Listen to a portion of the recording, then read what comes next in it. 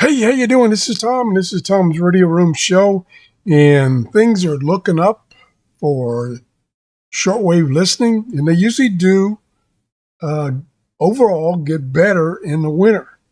And here's a great web page to use. This is set up by the Space Weather Prediction Center, and the link to it is right here. And this is one of many pages they have.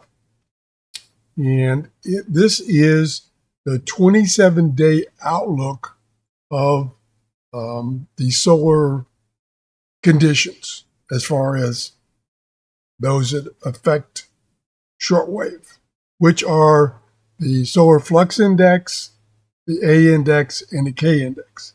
The solar flux index, we want to be 100 or above. The higher, the better. The A index and the K index, that's an indication of noise on shortwave. We want that to be low. So you can see coming up this week, we're going to have some noise.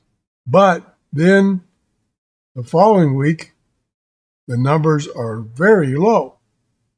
Then it picks up a little bit, then they're down again. So you can use this page to give you an indication of probable shortwave listening conditions. So all things being equal, that means today would be a pretty good day. These two numbers are low. And then tomorrow they go bad for a couple of days, and then they get better. So here's a period of about 7 days of which they should be good. And the solar flux index is high. So just wanted to let you know about this if you didn't know about this page and several other ones that they have. We see if I can show you some other ones. Here's all the pages they have that you can get indications from. And the information is in both table form, as you saw, or I believe these over here are graphical. Nope, that's table also. But you could try and look through them yourself. I was hoping to find the